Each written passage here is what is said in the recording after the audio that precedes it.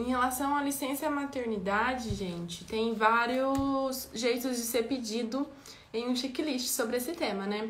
E é um tema quente, eu acho. Ninguém falou que poderia cair isso no Revalida, mas eu acho um tema provável. Eu também acho a cara do Revalida, por exemplo, numa estação de ginecologia meio que misturada em preventiva, uma mãe dizendo que acabou de ter um filho, querendo informações sobre a licença maternidade dela, informações sobre o armazenamento do leite, sobre o bebê engasgado, como já caiu de bebê engasgado, né, em armazenamento do leite. Então, eles podem cobrar uma mistureba, assim, de tudo, né? De várias coisas. E dentre essas coisas a serem cobradas, que a gente deve explicar em relação à licença maternidade. Então, vamos falar rapidinho aqui sobre os principais tópicos, né, que a gente tem que saber em relação a esse tema. Pode chegar uma mãe lá, né, uma puérpera, falando que acabou de ter o filho, que quer informações sobre a licença maternidade, né? Sobre o seu trabalho, sobre a amamentação, sobre algum auxílio, alguma coisa. Então, entre as perguntas que ela pode fazer quanto tempo que tem de licença, se ela vai receber o salário, se o marido dela tem licença também, até quando ela tem que continuar amamentando. Então, vamos ir na ordem aqui, né? Se ela chegar pra gente perguntando quanto tempo ela tem de licença, o ideal, previsto por lei, são 120 dias de licença maternidade a partir da alta do parto, tá? Alguns lugares até estendem até 180 dias, mas o previsto por lei mesmo é 120 dias. O marido dela tem direito a 5 dias, o pai da criança, 5 dias de licença aí no trabalho, tá?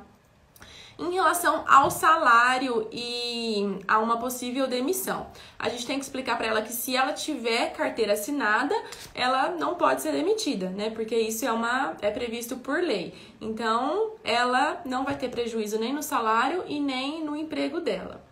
Em relação a como ela vai comprovar isso, né? O que ela tem que levar para o chefe dela para comprovar essa licença maternidade, a gente tem que dizer que é só o atestado mesmo, né? A notificação ao empregador vai ser através do atestado médico que a gente vai fazer para ela. Acho que os principais pontos em relação à licença serão esses. Outra coisa, para amamentar, a mulher tem direito a 2 intervalos de 30 minutos. Tá? Na hora do trabalho dela, quando ela voltar a trabalhar para realizar a amamentação, tá? Se ela retornar antes de 6 meses, 2 intervalos de 30 minutos para realizar a amamentação do bebê. E em relação ao armazenamento do leite, a gente tem que dizer para ela que o ideal é que ela faça o aleitamento exclusivo até os 6 meses de idade. Se ela começar a trabalhar e o bebê não tiver 6 meses ainda, tem como fazer o armazenamento desse leite em casa. E a gente tem que explicar que se for deixar o leite ali no ambiente, sem estar na geladeira, ele tem uma duração de 2 horas. Se for o armazenamento na geladeira normal, ele tem uma duração de 12 horas. E se for armazenado no freezer, ele tem uma duração de 15 dias, tá? Ambiente 2 horas, geladeira 12 horas, no freezer 15 dias. Sempre orientando que o armazenamento tem que ser em um frasco de vidro com tampa, um frasco estéril. E na hora de dar pro bebê, tem que dar num copinho ou numa colher, porque se for dar na mamadeira, vai confundir a cabeça do coitado do bebê, né? Vai sair lá super fácil o leite da mamadeira e quando ele for mamar no peito da mãe, vai ter uma dificuldade, aí ele não vai mais querer o peito. Tá? Então, por isso que a gente tem que evitar dar a mamadeira nesse tempo. E também explicar as vantagens e desvantagens do aleitamento materno, né? As vantagens que previne para o bebê, que previne de doenças graves, respiratórias, diarreicas, alergias, melhora o crescimento, o desenvolvimento, fortalece o vínculo dela com o filho. E em relação às vantagens maternas, a prevenção de hemorragias pós-parto, ela atua como método contraceptivo até os 6 meses, faz o fortalecimento dos ossos, diminui o risco de câncer de mama, de ovário, diminui o risco de diabetes tipo 2, faz voltar o corpo que era antigamente, né? Ajuda a voltar no peso anterior, tem uma perda aí de 700 quilocalorias por dia a amamentação, tá? E também é econômico, né? Você não gasta nada dando mamar para o seu filho e eficaz. Em relação à técnica de aleitamento, se cair lá pra gente falar e explicar pra mãe como é que ela tem que fazer para o bebê mamar, né? Me travei tudo aqui. Então, como que é a técnica da amamentação? Primeiro, a gente tem que falar para ela colocar roupas confortáveis, né? Ficar numa posição confortável. A posição do bebê é barriga com barriga, né? A barriga do bebê tem que estar alinhada com a barriga da mãe. E o corpo alinhado com a cabeça do bebê. O braço do bebê não pode ficar entre os dois corpos, tá? Tipo, não pode ficar assim. Tem que ficar para trás. Então, seria assim, a barriga com barriga, corpo alinhado com a cabeça do bebê e o braço não pode ficar entre os corpos, né? Tem que ficar com as nádegas firmemente apoiadas na mão da mãe, né? Onde ela estiver apoiada. E a mãe tem que segurar a mama em pinça, tá? Nunca assim em tesoura, segurar assim. Sempre assim, segurar a mama, tá? Essa é a posição. Outra coisa, a boca do bebê tem que estar bem aberta com os lábios inferiores evertidos e a língua tem que estar sobre a gengiva curvada para cima. Ele tem que abocanhar toda a areola, né? E a gente tem que ver a movimentação dele, tem que ver a bochecha enchendo e diminuindo aqui, né? Pra gente ver que tá tendo uma amamentação efetiva. Se a mama estiver muito cheia, muito dura, a gente pode orientar que a mãe faça uma ordenha antes da amamentação, né? Porque quando a mama fica cheia de leite, às vezes é mais difícil para o bebê pegar naquele momento. Então, se tiver assim, muito dura, para ela ordenhar um pouquinho antes, aí ela vai ficar mais molinha e o bebê consegue pegar com mais facilidade, diminui o risco de fazer fissuras, né, de fazer uma técnica incorreta e assim por diante. Em relação à técnica da ordenha, já que a gente falou disso aqui, né, a gente também tem que falar que é com o dedo polegar e o indicador, formando um C, não é assim no mamilo, é assim, ó, tá? Em forma de C, na transição entre a areola e o mamilo.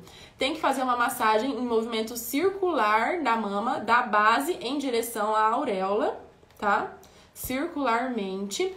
E mudar a posição dos dedos para esvaziar todas as áreas. Por exemplo, faz assim, depois faz na horizontal, depois faz na vertical, na diagonal, para você conseguir fazer o esvaziamento de todas as áreas ali, de todas as glândulas, né?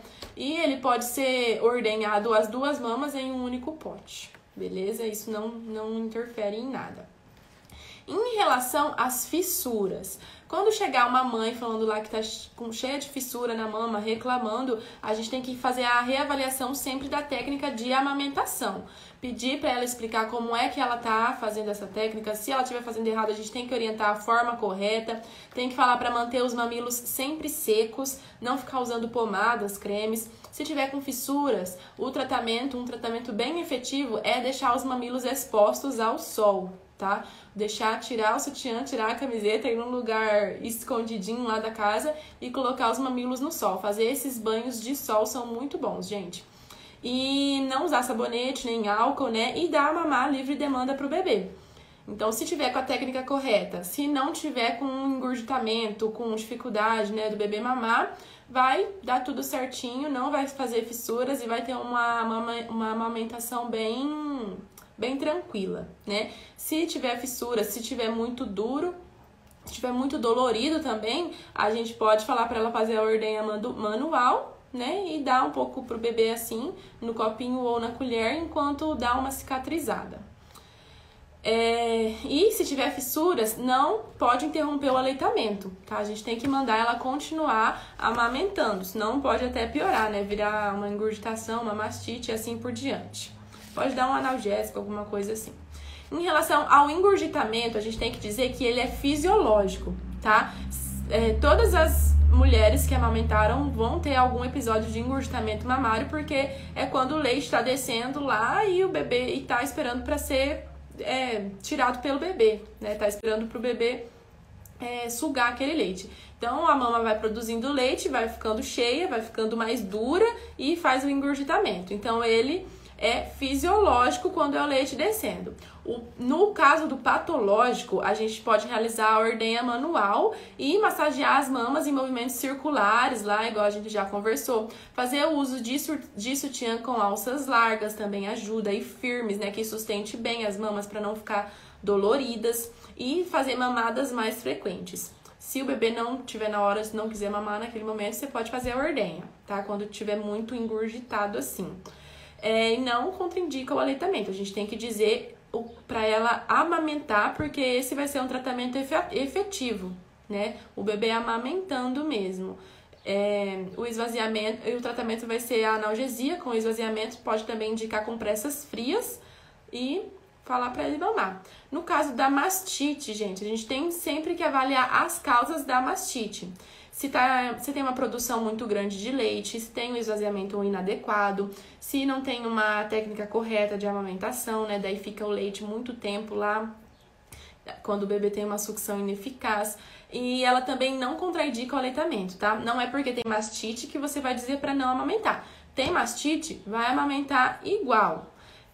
Só se tiver com saída de sangue, com saída de pus, aí claro que não. Mas, caso contrário, a gente estimula o aleitamento, tá? A gente tem que falar para ela esvaziar essa mama, preferencialmente pelo próprio lactente, e dar um suporte emocional, né? Porque é muito dolorida, dói demais mesmo. Falar para ela repousar, podemos dar um analgésico, um anti-inflamatório, como por exemplo o ibuprofeno, mas não contraindicamos a amamentação. A gente vai contraindicar mesmo só se tiver pus, sangue, e a gente também vai fazer a hidratação, né? A gente pode falar para ela começar a amamentação pela mama não afetada. E o antibiótico a gente vai utilizar quando ela tiver febre, alguma fissura e ausência de melhora após 12 a 24 horas depois do esvaziamento, tá? Febre e antibiótico junto com fissura, e quando não tá melhorando, mesmo com a mama sem estar engurgitada. Os antibióticos de escolha vão amoxicilina com clavulanato ou uma cefalexina por no mínimo 10 dias. Se não tiver regressão nas próximas 48 horas, aí a gente encaminha para um hospital de referência, né? Se tiver uma suspeita de abscesso mamário, por exemplo, e assim por diante. E nunca usar compressas quentes. Não compressas quentes, sim compressas geladas. Porque a quente, ela estimula ainda mais a saída do leite, né? Então, a gente sempre prefere e indica as geladas, tá? Compressas frias. E eu acho que eu falei tudo aqui sobre as possíveis perguntas, né, que uma mãe pode fazer em relação ao puerpério aqui, né, em relação à licença maternidade e amamentação.